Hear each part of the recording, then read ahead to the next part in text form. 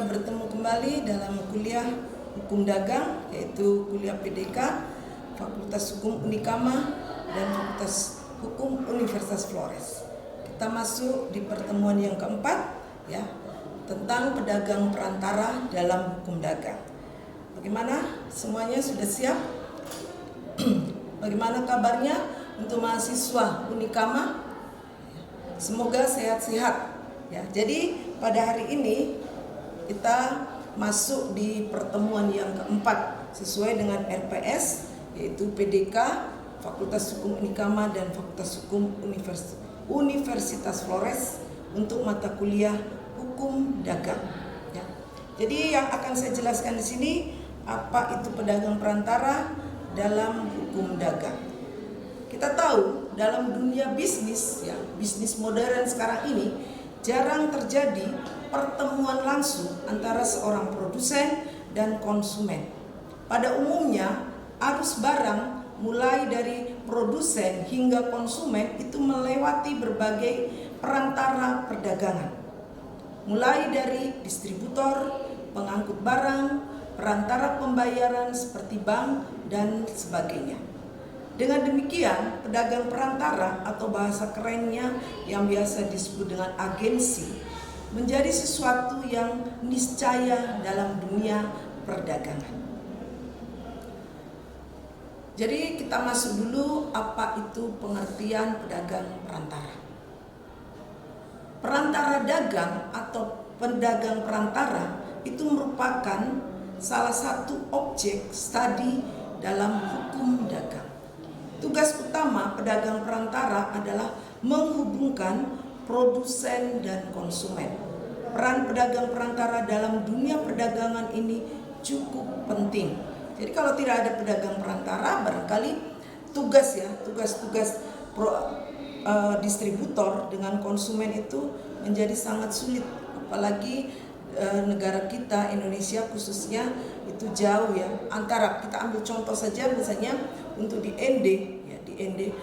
Kalau di ND di sini ada kabupatennya, itu antara kabupaten dengan kecamatan itu jauh, apalagi jalanan, ya. Coba mahasiswa dari Unkama sekali-sekali datang ke ND, ke Flores, pasti akan tahu. Jadi sini tugas pedagang perantara itu dalam dunia perdagangan atau bisnis itu memegang peranan yang cukup penting. Itu hanya contoh, ya. Kalau kita mau ambil barang, tidak mungkin kalau orang dari Watuneso kita langsung ke ND. Tapi karena ada agen tadi, ada pedagang perantara, itu mempermudah, ya, kegiatan usaha atau kegiatan bisnis yang dilakukan oleh di sini distributor dan juga konsumennya. Kemudian untuk prinsip dasarnya, landasan utama dari pedagang perantara di sini adalah kontrak atau perjanjian, khususnya antara pihak yang menyuruh dan pihak yang disuruh untuk melakukan suatu pekerjaan atau urusan. Dalam hukum perdata mengenal sebagai lembaga yang disebut dengan last giving atau penyuruhan atau pemberian kuasa. Pengertian penyuruhan atau pemberian kuasa tadi, ya, atau lebih kenal dengan sebagai pemberian kuasa tadi, adalah suatu persetujuan dengan mana seorang memberikan kekuasaan kepada orang lain yang menerimanya untuk dan atas nama menyelenggarakan suatu urusan. Dari pengertian tersebut, ya, dapat ditarik suatu di sini unsur-unsur, ya, unsur-unsur pemberian kuasa, yaitu yang pertama, pemberi kuasa adalah persetujuan atau kontrak. Yang kedua, isi dari persetujuan adalah penyuruhan atau pemberian kuasa untuk menyelenggarakan suatu urusan. Yang ketiga, pihak yang disuruh akan melakukan pekerjaan atas nama atau biasa disebut dengan on behalf, yang menyuruh. Jadi di sini berada, kalau dikatakan pemberian kuasa, tanggung jawab. Yang disuruh itu bertanggung jawab kepada orang yang memberi kuasa. Dalam dunia perdagangan, lembaga last giving ini dimanfaatkan dengan berbagai variasi.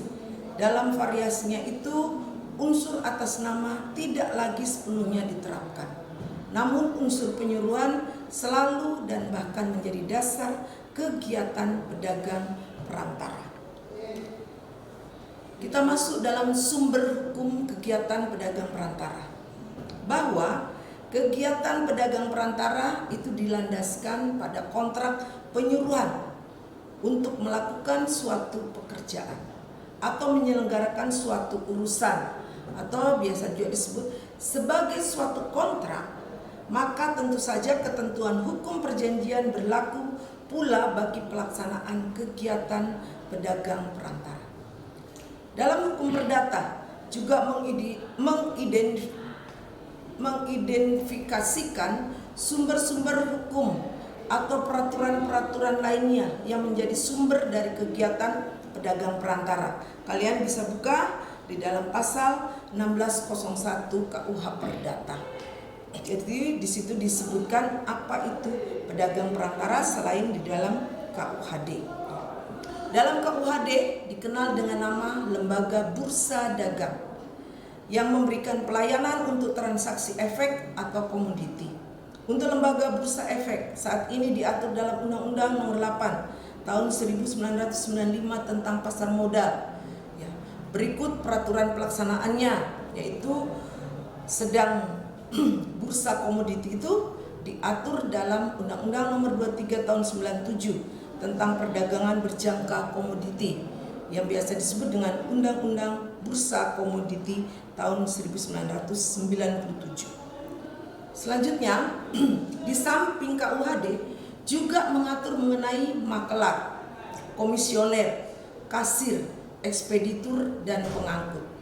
Untuk kasir, di samping KUHD berlaku pula Undang-Undang Nomor 10 Tahun 1998 tentang perbankan serta peraturan perundangan perbankan yang terkait lainnya, terutama yang mengatur mengenai organisasi dan tata kerja perbankan.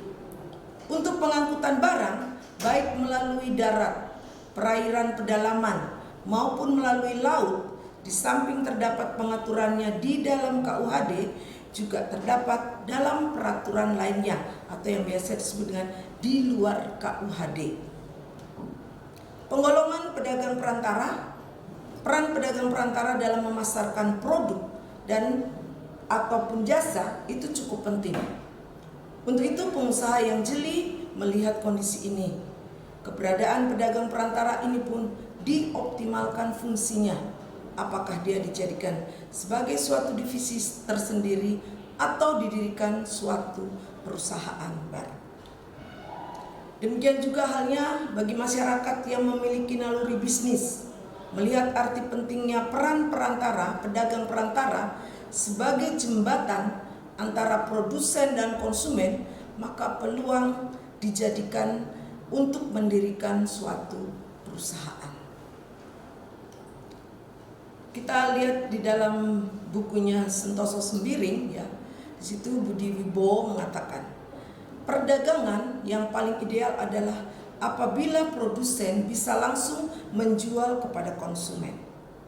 Antara produsen dan konsumen itu bisa bertemu dan berkomunikasi secara langsung.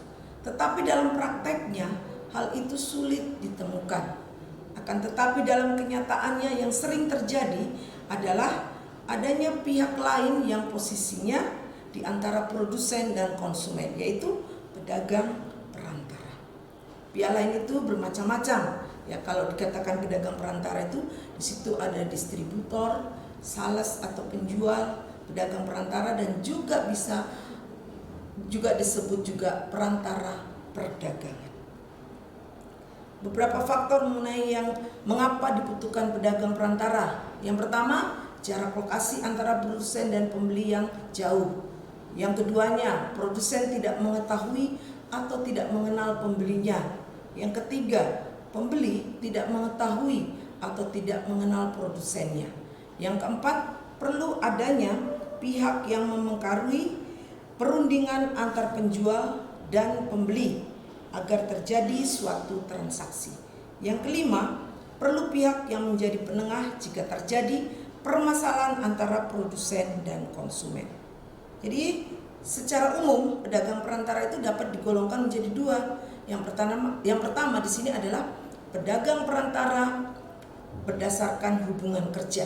Artinya pedagang perantara dalam menjalankan tugasnya itu terikat dalam perjanjian kerja antara majikan dan pekerja. Bisa dilihat di dalam pasal 1 butir 14 Undang-Undang Nomor 13 Tahun 2003 tentang ketenaga kerjaan.